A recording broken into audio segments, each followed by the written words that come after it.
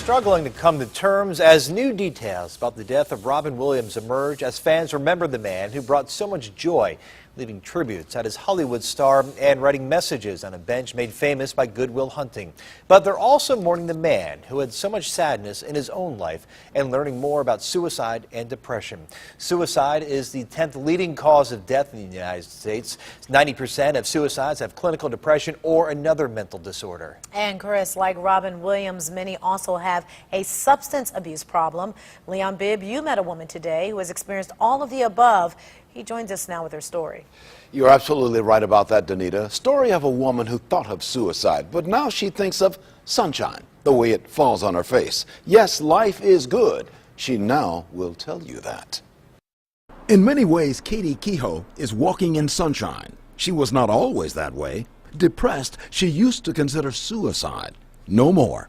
She is a client of the Women's Recovery Center on Cleveland's Near West Side. The center helps women who battle depression and thoughts of suicide and other issues.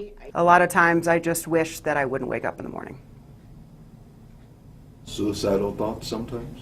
Yeah. It was here at the Women's Recovery Center Katie Kehoe found a new life. The center helps depressed women who battle alcohol and other drugs addictions and suicidal thoughts.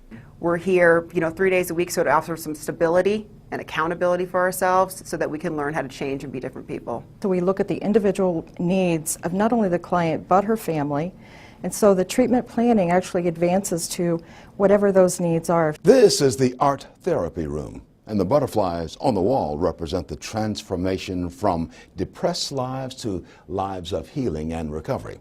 The women here make these drawings, realizing that the butterflies were once in a cocoon until they opened their wings and began to fly. The women realize they can do that too.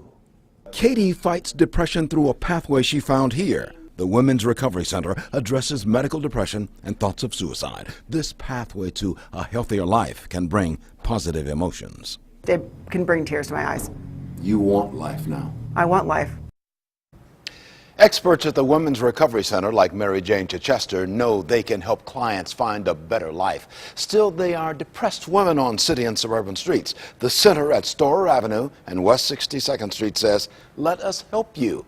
Its phone number is 216-651-1450. Live on 5, Leon Bibb.